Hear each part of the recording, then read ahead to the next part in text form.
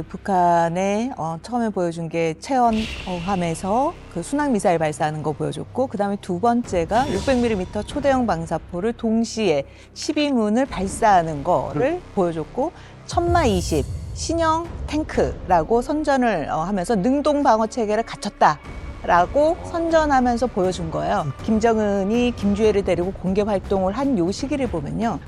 물론 이란에서의 전쟁이 있고 이란이 핵을 갖고 있지 않았기 때문에 저렇게 미국한테 당했다라는 그런 메시지를 통한 어떻게 보면 군사적인 시위다라고 볼 수가 있지만 3월 9일부터 19일까지 한미연합훈련 기간이었어요. 네. 요 기간 동안 요 세 가지 사건을 다 보여준 거예요. 북한이 9차 당대회가 또 이제 2월 달에 있지 않았습니까? 네. 9차 당대회 때 군사적인 능력과 관련돼서 이제는 전략핵과 전술핵을 우리가 갖고 있으니 이거에 기반해서 전시 대비 태세를 강화하겠다. 네. 전시 대비 태세 강화를 위해서는 훈련을 강화를 해야겠다.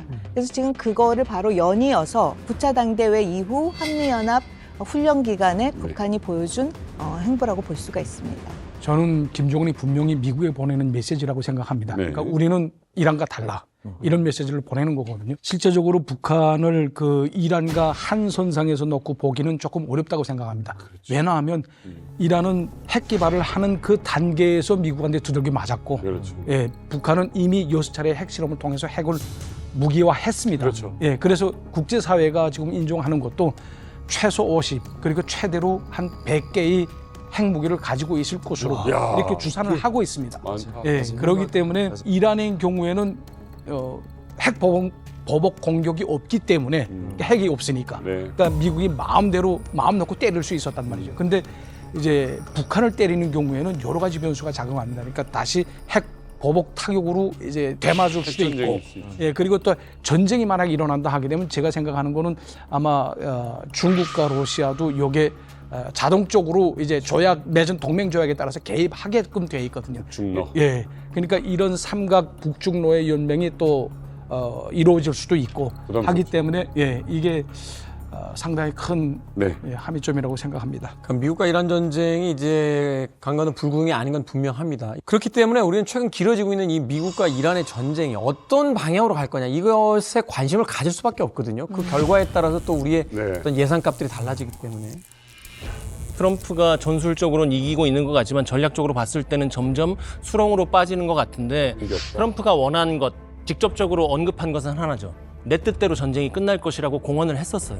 그런데 지금 현재 종전의 조건도 마음대로 안 되고 호르무즈 해협도 마음대로 안 되고 유가도 안정이 안 되고 있고 동맹들이 지금 등을 돌려갖고 국제적인 위신이 추락하고 있습니다. 이 대가를 미국은 나중에 어떻게 받을까를 우리가 가볍게 예측해 볼 수 있을 것 같아요. 저는 세 가지 청구서를 전쟁 이후에 받게 될 거라고 생각합니다. 뭐예요? 첫 번째는 재정 청구서죠. 지금 전비가 어마어마하게 들어갔는데 최초 6일간 들어간 돈만 113억 달러고 앞으로 전쟁을 계속하기 위해서 500억 달러가 더 필요하다고 미 의회가 신청해 놓은 상태예요. 와. 그 돈은 나중에 반드시 어떤 형태로든 채워 넣어야 되고 미국에 두고두고 짐이 될 겁니다. 두 번째는 유가 인플레이션 청구서예요. 그렇죠. 미국은 기름값 오르면 굉장히 타격을 많이 받잖아요. 여러. 미국 국민들은 절대로 올라간 유가를 잊지 않습니다. 많이 져요. 휘발유 가격이 10% 상승할 때마다 지지율이 0.6%포인트 하락한다는 설이 있어요. 예, 예, 예. 그러니까 중간 선거에서 반드시 이것에 대한 대가를 네. 국민들이 물을 거고요. 마지막은 동맹 청구서를 받을 겁니다. 지금 현재 동맹들이 안 나서 위신을 다 깎아먹었잖아요. 네. 미국이라는 강대국이 가진 가장 큰 힘 중에 하나는 동맹에 대한 영향력인데 그렇죠. 그 영향력이 약해지면 전 세계적으로 미국이 갖고 있는 신뢰가 하락할 것이고 그것은 두고두고 미국에게 큰 짐이 될 겁니다. 그렇죠. 보면은 공교롭게도 이 이란의 전쟁이 크게 국제체제 구조를 보면 요즘에 이제 크링크에 대한 연대에 대한 부분에 우리가 또 주목을 하고 있어요. 이제 크링크라 하면 중국, 러시아, 이란, 그다음에 북한에서 앞에 이제 첫자들을 따서 크링크라고 하는데 이 크링크의 전략적인 연대가 어떻게 보면은 무기와 관련된 또 주요 기술 이전과 관련된 네. 이런 부분이 전부 다 연결되어져 있기 때문에 이들 국가들이 앞으로 향후 국제사회에 보면 북한 같은 경우에는 이제는 국제사회 질서가 다자의 질서다라고 네. 이야기를 한다라는 거죠.